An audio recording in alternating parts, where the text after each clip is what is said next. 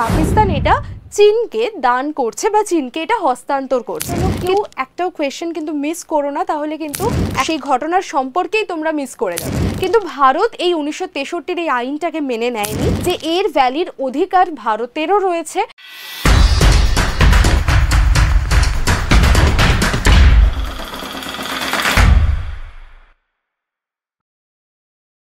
Hello students, welcome to BSCCI competitive YouTube channel.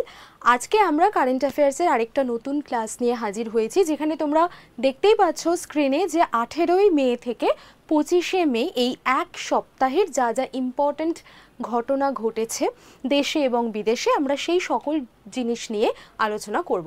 এই বিষয়গুলো আমরা আলোচনা করব কিসের মাধ্যমে? কোয়েশ্চেন আনসারের মাধ্যমে, ঠিক আছে?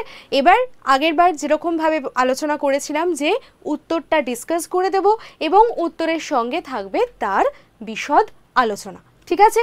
তো এইভাবেই কিন্তু ক্লাসটা কন্টিনিউ হবে, তাই জন্য কেউ একটাও কোয়েশ্চেন কিন্তু মিস করো না, তাহলে কিন্তু একটা গোটা ঘটনা থেকে তোমরা সেই ঘটনার সম্পর্কেই তোমরা মিস করে যাবে, ঠিক আছে? তো শুরু করছি আজকের ক্লাস। চলো দেখো, প্রথমেই রয়েছে সাসগ্রাম ভ্যালি। সাসগ্রাম ভ্যালি আমরা কোন জায়গায় দেখতে পাই এবং এটা কোন কোন দেশের বর্ডারে দেখা যায়, এই সমস্ত কিছু নিয়ে আলোচনা করব। তার আগে একটা জিনিস ভালো করে দেখো যে বলেছে সম্প্রতি এটা নিউজে রয়েছে এবং এটা কোন দুই দেশের মধ্যে একটা আঞ্চলিক বিরোধ।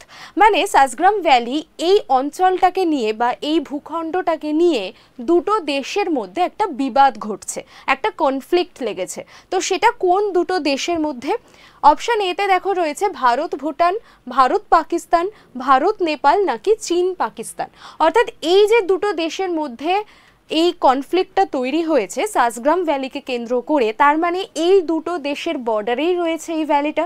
তাহলে আমরা সঠিক উত্তরটা এখানে জেনে নিই, যেটা আমাদের ইউজুয়ালি সঠিক উত্তর হওয়ার কথা, তোমরা সকলেই বুঝতে পারছো, সেটা হলো ভারত এবং পাকিস্তান। এবার সাসগ্রাম ভ্যালি কি, এর অবস্থান কোথায়, একে নিয়ে কেন বিরোধ দেখা গেছে, এই সমস্ত কিছু আমরা ডিটেলে একটুখানি জেনে নিই। দেখো, ভারত সাসগ্রাম উপত্যকায় চীনের নির্মাণের প্রতিবাদ করেছে এবং এটাকে অবৈধ প্রচেষ্টা বলে চিহ্নিত করেছে। মানে ভারতের আন্ডারে কিন্তু সাসগ্রাম ভ্যালি নেই, সাসগ্রাম ভ্যালি রয়েছে পাকিস্তানের আন্ডারে। কিন্তু পাকিস্তান কি করেছে, এই ভ্যালিটাকে চীনের অধিকারে দিয়ে দেওয়ার চেষ্টা করছে। এই যে প্রচেষ্টা চীনকে দিয়ে দেওয়ার, এটাকেই ইন্ডিয়া কি করেছে না অবৈধ বলে চিহ্নিত করেছে। বলছে যে এরকম একটা কোনো ভূখণ্ডকে এইভাবে দিয়ে দেওয়া যায় না, এটা অবৈধ। এবং কি বলেছে দেখো, উপত্যকাটি পাকিস্তান অধিকৃত কাশ্মীরের অংশ। মানে এটা কাশ্মীরের একটা ভ্যালি এবং এটা কিন্তু পাকিস্তানের পার্টে পড়ছে, বোঝা গেল? এবার দেখো কোন জায়গাটায় এক্স্যাক্টলি এটার অবস্থান। দেখো, জিনজিয়াং, পিওকে এবং সিয়াচেন হিমবাহের সীমানায় রয়েছে এই সাসগ্রাম ভ্যালি, ঠিক আছে? এবং এটা একটা বিতর্কিত ভূখণ্ড, যেটা আমি বললাম, যার অধিকার নিয়েই কিন্তু এই লড়াইটা ঘটছে এবং সেখানে ভারতও এটা দাবি করছে যে এর ভ্যালির অধিকার ভারতেরও রয়েছে। কিন্তু পাকিস্তান বলছে যে না, এটা আমার সীমানার আন্ডারে যেহেতু পড়ছে, তো এই ভ্যালিটার ওপর কমপ্লিট অধিকার আমার এবং এই ভ্যালিটাকে আমি কাকে দেব, কি করব, সেটা কমপ্লিটলি আমার ডিসিশন। তো দেখো কি বলেছে, এটা পাকিস্তানের দ্বারা নিয়ন্ত্রিত এবং 1963 সালে পাকিস্তান কর্তৃক চীনকে এটা হস্তান্তর করা হয়েছে। 1963 সালে একটা এরকমই ল্যান্ডের ওপরেই এই সাসগ্রাম ভ্যালিকে কেন্দ্র করেই একটা আইনি মারফত লেখালেখি হয়েছিল যে পাকিস্তান এটা চীনকে দান করছে বা চীনকে এটা হস্তান্তর করছে। কিন্তু ভারত এই 1963 এই আইনটাকে মেনে নেয়নি এবং এর প্রতিবাদ করেছে এবং এই যে চীনকে হস্তান্তরের যে প্রক্রিয়াটা বা প্রচেষ্টাটা, এটাকে অবৈধ বলে ঘোষণা করেছে, বোঝা গেল? তাহলে কেন মেনলি এই ভূখণ্ডটিকে নিয়ে বা এই ভ্যালিটিকে নিয়ে ভারত আর পাকিস্তানের মধ্যে দ্বন্দ্ব বাঁধছে, সেটা ক্লিয়ার হলো। এবার দেখো, কারাকোরাম মহাসড়ক, কারাকোরাম আমরা পড়লাম, তো এই কারাকোরাম মহাসড়কটা কোন জায়গায় অবস্থিত? দেখো, 1970-এর দশকে এটা তৈরি হয়েছিল এবং চীন আর পাকিস্তানের মধ্যে এটা চুক্তির ফলেই তৈরি হয়েছিল। এই যে 1963 সালে পাকিস্তান কর্তৃক এই সাসগ্রাম ভ্যালিটা চীনকে দান করা হয়, এবং এরপরে 1970-এর দশকে এই কারাকোরাম সড়কটা তৈরি হয় এবং ওই যে চুক্তিটা হয়েছিল 1963 সালে যে চীনকে ভ্যালিটা দান করা হচ্ছে, সেই চুক্তির ফলেই কিন্তু পাকিস্তান এবং চীনের মধ্যে একটা যাতায়াতের সুবিধের জন্য 1970-এর দশকে এই কারাকোরাম মহাসড়কটাকে নির্মাণ করা হয়েছিল।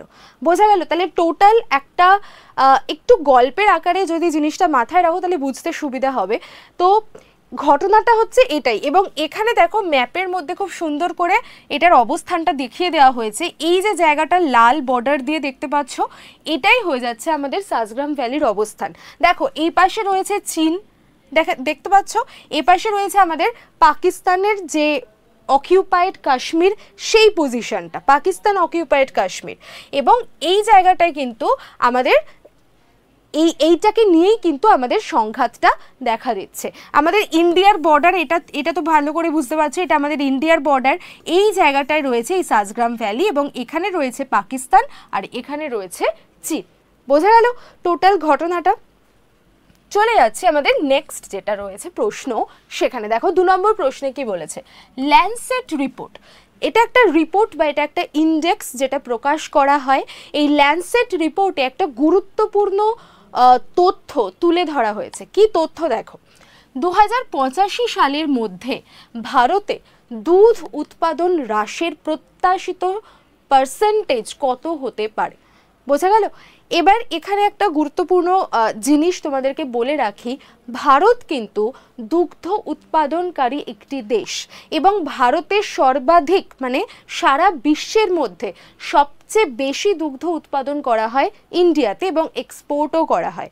তো এই ইন্ডিয়াতে যদি দুধের উৎপাদন কমে যায় তাহলে তার ইম্প্যাক্ট কিন্তু শুধুমাত্র ভারতে নয়, গোটা বিশ্বে গিয়ে পড়বে। বোঝা গেল?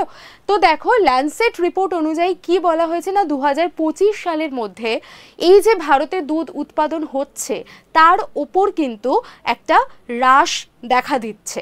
এবার সেটা বিভিন্ন কারণে হতে পারে। প্রধান কারণ তো একটা যে আমাদের যে এই দূষণ, পলিউশন, এই সমস্ত কিছুর কারণে একটা এর প্রভাব পড়ছে, দুধের ওপরেও পড়ছে, যে কোনো প্রোডাকশনের ওপরেই পড়বে স্বাভাবিক, তো দুধের ওপরেও পড়ছে। তো এর পার্সেন্টেজটা কত, 25%, 30%, 35% না 40%? তো এখানে আমাদের সঠিক উত্তর হয়ে যাবে 25%। এটা আমাদের একটা বলতে পারো পরিবেশ থেকে তুলে আসা একটা কারেন্ট অ্যাফেয়ার্স। ওকে, একটা আমাদের যে পরিবেশবিদ্যার একটি কারেন্ট অ্যাফেয়ার্সের পার্ট বলতে পারো এটা, এই রিপোর্টটা। এবং এখানে 2085 সালের মধ্যে কিন্তু এই যে সম্ভাব্য ঘটনাটি এটি ঘটতে চলেছে। ঠিক আছে, তো চলো একটু দেখে নিই যে কি হতে পারে ব্যাপারটা। ভারতে ক্রমবর্ধমান তাপমাত্রা, আমরা দেখতে পাচ্ছি আমাদের এপ্রিলে সর্বাধিক তাপমাত্রা উঠেছিল এবং এই যে ক্রমবর্ধমান, এই যে প্রত্যেক বছর বছর তাপমাত্রা লাফিয়ে লাফিয়ে বেড়ে যাচ্ছে গ্লোবাল ওয়ার্মিংয়ের কারণে, তার ফলে 2085 সালের মধ্যে দুধের উৎপাদন কিন্তু 25% কমিয়ে দিতে পারে। এটা একটা ল্যান্সেট রিপোর্ট যেটা আমাদের সতর্ক করেছে এবং যেটা আমি তোমাদেরকে জানালাম যে ভারত হয়ে যাচ্ছে শীর্ষ বিশ্বব্যাপী দুগ্ধ উৎপাদনকারী দেশ।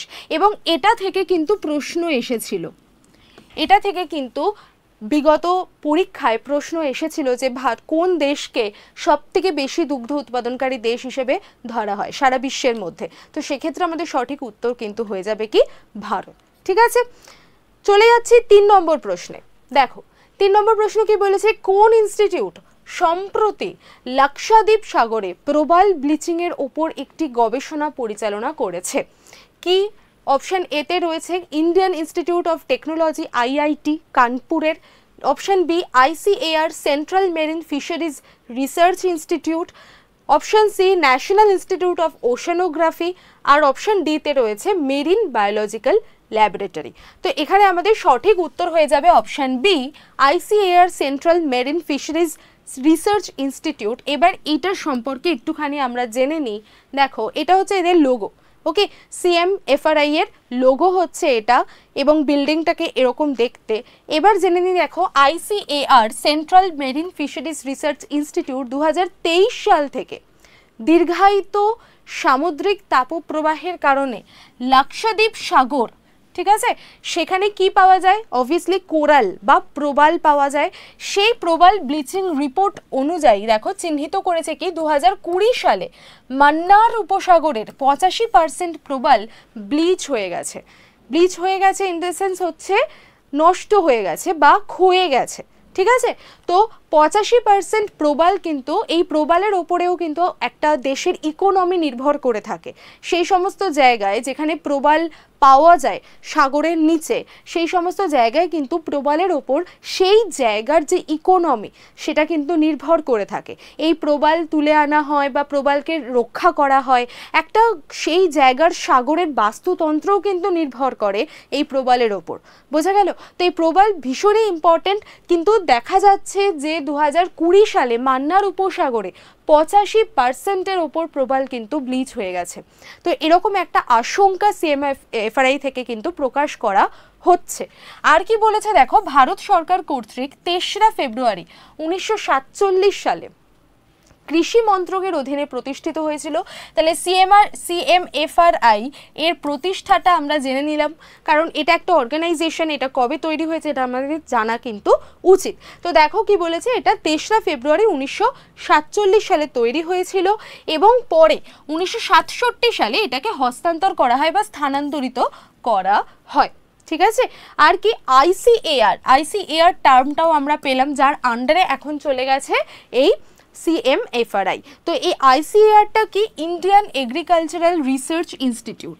আচ্ছা, এই যে যখনই কোনো এরকম ইন্ডিয়ান ইনস্টিটিউটের কথা আমরা পড়বো, যে কোনো অর্গানাইজেশনের কথা, সেটা আমাদের ইন্ডিয়ার মধ্যে হোক ইন্ডিয়ার বাইরে হোক, ইম্পর্টেন্ট অর্গানাইজেশন বলে স্ট্যাটিক জিকের একটা পার্ট রয়েছে, তোমরা সকলেই নিশ্চয়ই জানো। তো এই পার্টের আন্ডারে কিন্তু এই টপিকগুলো পড়ে, ঠিক আছে।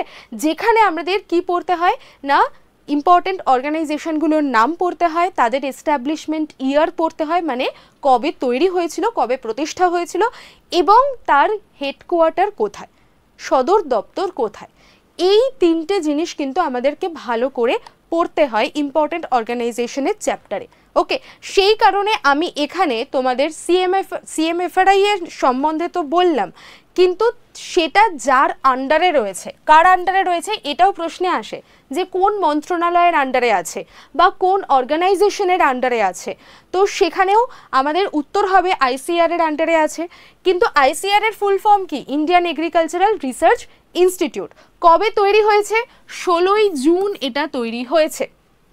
কত সাল, 1929 সাল।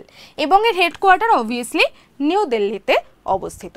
তো এটা গেল টোটাল, এটা হচ্ছে স্ট্যাটিক পোর্শন আর এটা হলো কারেন্ট অ্যাফেয়ার্সের পোর্শন। তো দুটো মিলিয়ে কিন্তু ক্লাসটা এগোচ্ছে, ক্লাসের শুরু থেকে শেষ অবধি কিন্তু দেখাটা বাধ্যতামূলক আমি বলবো, না হলে কিন্তু পিছিয়ে পড়তে হবে। দেখো অপশন আমাদের 4 নম্বর প্রশ্ন কি রয়েছে, ত্রিপুরার প্রথম আন্তর্জাতিক ক্রিকেট স্টেডিয়াম, মানে ত্রিপুরাতে প্রথম এই ইন্টারন্যাশনাল ক্রিকেট স্টেডিয়াম তৈরি করা হলো, সেটা কোন জেলায় নির্মিত হয়েছে, দক্ষিণ ত্রিপুরা, পশ্চিম ত্রিপুরা, ধলাই না গোমতী। এখানে আমাদের সময় নষ্ট করবো না, সকলেই হয়তো জানো পশ্চিম ত্রিপুরাতে এটা তৈরি হয়েছে এবং কোথায় তৈরি হয়েছে সেই ডিটেলটা আমরা জেনে নেব। স্টেডিয়ামটা এরকম দেখতে, নরসিংহগড় ক্রিকেট স্টেডিয়াম, ওকে। এবং এটা তৈরি হয়েছে নরসিংহগড় বলে একটি জায়গা, সেটা কোথায় অবস্থিত, আগরতলাতে অবস্থিত, বোঝা গেল। তাহলে ত্রিপুরার আগরতলা, এবং ত্রিপুরার কোন ত্রিপুরা, ওয়েস্ট ত্রিপুরা। ওয়েস্ট ত্রিপুরার আগরতলা নামক যে স্থানটি রয়েছে তার মধ্যে নরসিংহগড় বলে একটি জায়গা রয়েছে, সেখানে তৈরি করা হয়েছে এই cricket stadium, okay.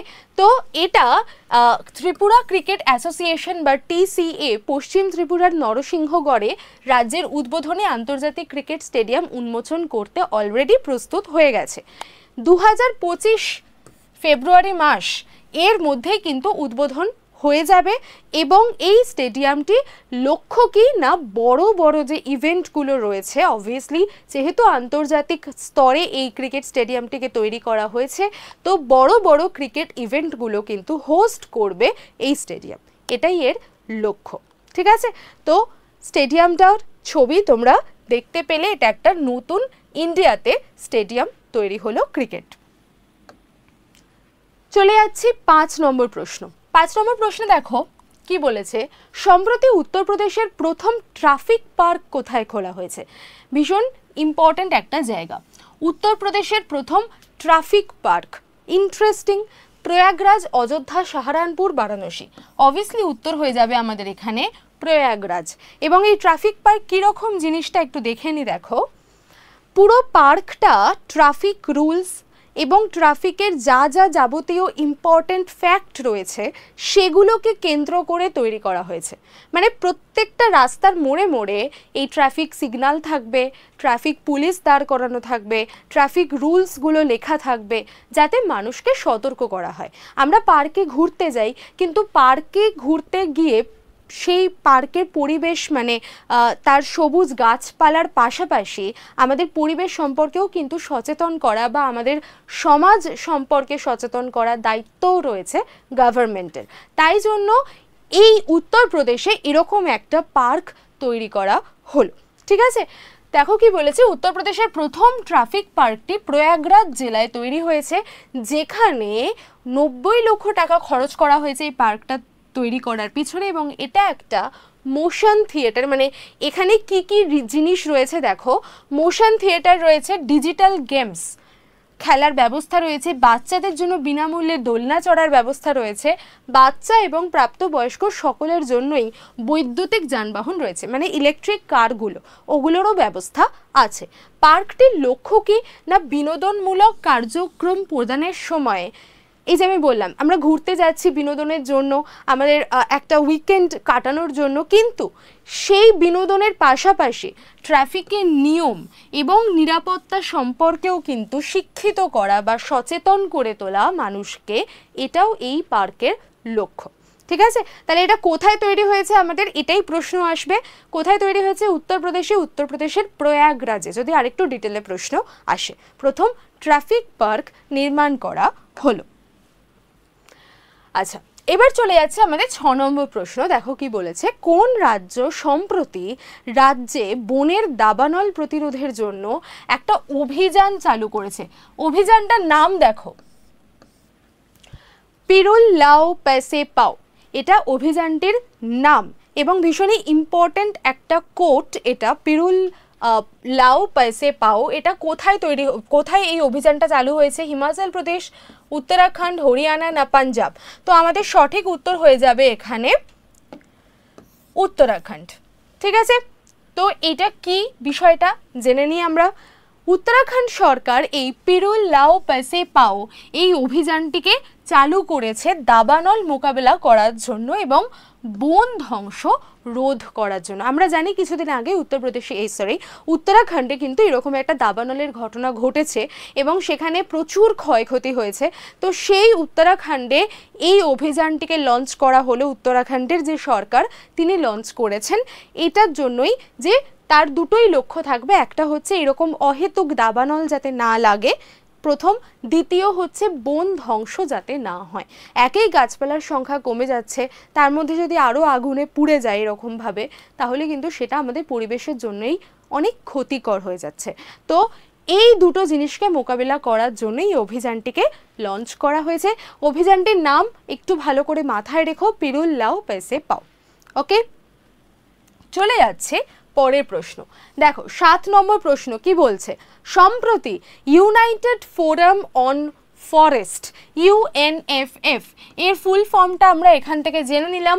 United forum of forest এর 19তম অধিবেশন কোথায় অনুষ্ঠিত হতে চলেছে?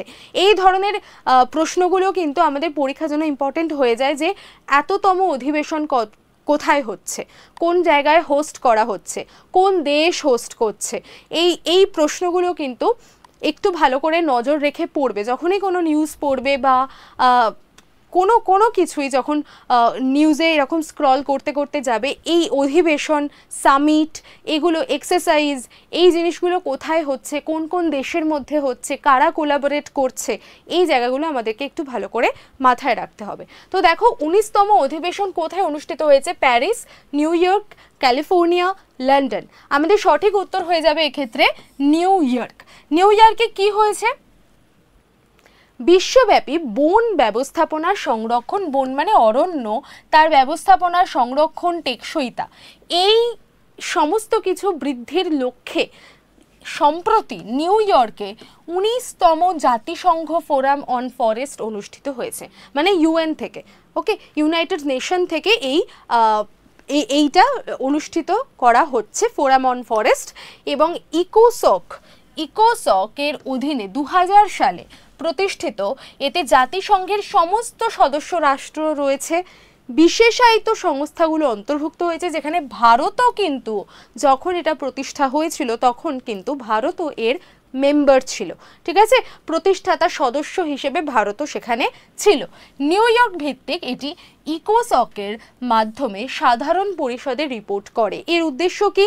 উদ্দেশ্যটাই হচ্ছে মেন লক্ষ্য এখানে দেখো, বন বিষয়ক দীর্ঘমেয়াদী রাজনৈতিক প্রতিশ্রুতিকে শক্তিশালী করা এবং তাদের টেকসই উন্নয়নের প্রচার করা।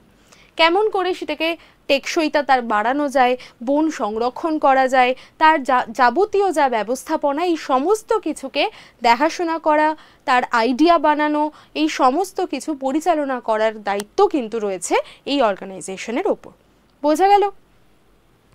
চলে যাচ্ছি আমাদের পরের যে প্রশ্ন। দেখো 8 নম্বর প্রশ্নে কি বলেছে, স্পোর্টস রিলেটেড একটা কোয়েশ্চেন এসেছে।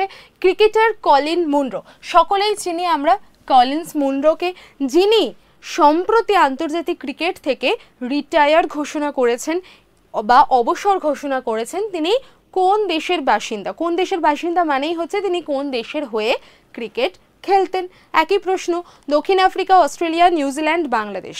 আমরা সকলেই জানি নিউজিল্যান্ডের প্লেয়ার হয়ে যাচ্ছে কলিন মুনরো, এবং তিনি কেন বিখ্যাত একটু দেখে নিই।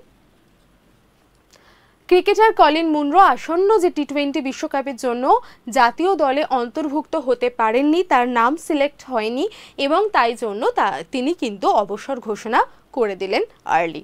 ওকে, তাহলে এটাই হচ্ছে মেন তার রিজন ছিল অবসর ঘোষণার।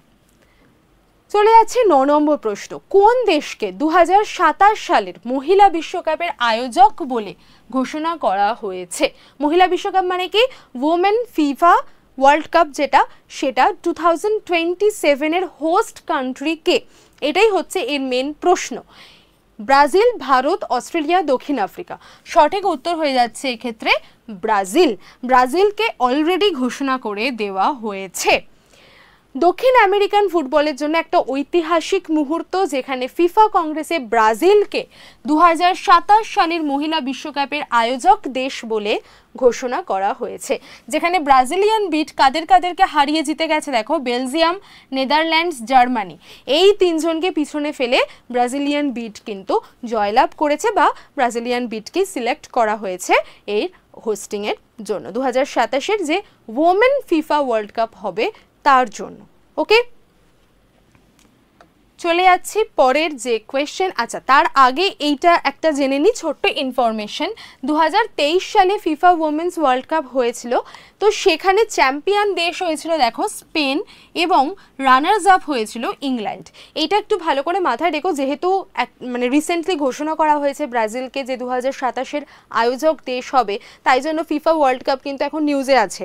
তো সেইটার রিলেটেড এক্সট্রা ইনফরমেশন আমাদেরকে একটু মাথায় রাখতেই হবে, যেহেতু 2023 খুব বেশি দিন হয়নি ফিফা ওয়ার্ল্ড কাপ শেষ হয়েছে, ওমেন ফিফা ওয়ার্ল্ড কাপ।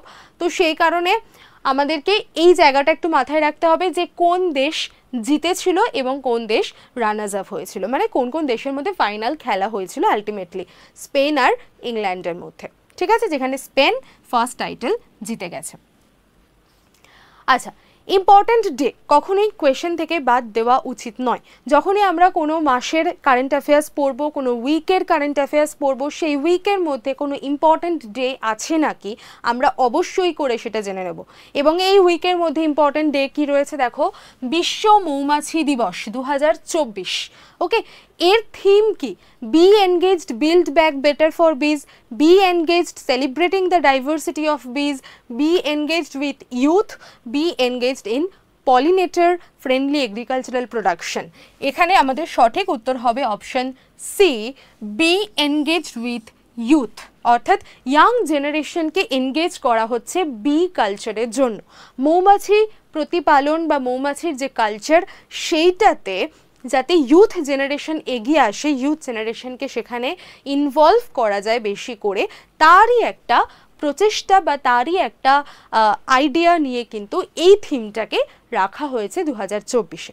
ঠিক আছে, তো আমরা ওয়ার্ল্ড বি ডে কবে পালন করে থাকি সেটা আমাদের একটা প্রশ্ন হতে পারে। মের 20 তারিখ বা 20 মে আমরা পালন করে থাকি ওয়ার্ল্ড বি ডে। তার থিমটা আমরা জেনে নিলাম। এবার দেখো অ্যান্টি টেররিজম ডে আমরা কবে পালন করে থাকি? 21শে মে। 21শে মে আমরা অ্যান্টি টেররিজম ডে পালন করে থাকি। কেন পালন করে থাকি? Death anniversary of Rajiv Gandhi. সেদিনকে রাজীব গান্ধীকে হত্যা করা হয়েছিল এবং তার মৃত্যুকে স্মরণ করেই কিন্তু এই অ্যান্টি টেররিজম ডে পালন করা হয় এবং 21শে মে আমরা এই দিনটিকে পালন করে থাকি। আচ্ছা, ওয়ার্ল্ড বায়োডাইভার্সিটি ডে, এটাও কিন্তু খুব ইম্পর্ট্যান্ট। এইটা আমরা 22শে মে পালন করে থাকি, ওয়ার্ল্ড বায়োডাইভার্সিটি ডে। তো এই গেল আজকে টোটাল কারেন্ট অ্যাফেয়ার্সের যাবতীয় 10টি ইম্পর্ট্যান্ট বিষয় নিয়ে আলোচনা কোয়েশ্চেন আনসারের থ্রু দিয়ে। এবার দেখো তোমরা ক্লাসটা যদি পুরো করে থাকো তাহলে বুঝতেই পারবে যে শুধুমাত্র 10টা কোয়েশ্চেন আলোচনা হয়েছে মানে 10টা উত্তর জেনেছি এমনটা কিন্তু নয়। এখানে কিন্তু উত্তরের পাশাপাশি প্রচুর এক্সট্রা ইনফরমেশন দিয়ে দেওয়া হয়েছে যেটা কারেন্ট অ্যাফেয়ার্স রিলেটেড, প্লাস তার যদি কোনো স্ট্যাটিক পোর্শন থাকে সেই রিলেটেড কিছু ইনফরমেশনও কিন্তু তোমাদেরকে প্রোভাইড করা হয়েছে। এবং এইভাবেই কিন্তু আমরা ক্লাসগুলোকে এগিয়ে নিয়ে যাব, যেখানে আমরা 10টা বা 15টা করে কোয়েশ্চেন সলভ করব এবং তার সঙ্গে সঙ্গে তার যাবতীয় তথ্যাদি সেগুলোও কিন্তু জানতে জানতে এগোব। ওকে, ক্লাস ভালো লাগলে তো অবশ্যই লাইক করবে, কমেন্ট করবে, সাবস্ক্রাইব করে দেবে যারা নতুন আছো চ্যানেলে, আর তোমাদের বন্ধুদের সাথেও আরও বেশি করে শেয়ার করো, কারণ এই ভিডিওগুলো এত ইনফরমেটিভ যে তোমাদের যেমন ভালো হবে তোমার আশেপাশে সবার ভালোর জন্যই কিন্তু এই প্রচেষ্টা আমাদের চালানো। তো ভালো করে পড়াশোনা করো, সামনে অনেকগুলো এক্সাম রয়েছে। All the best.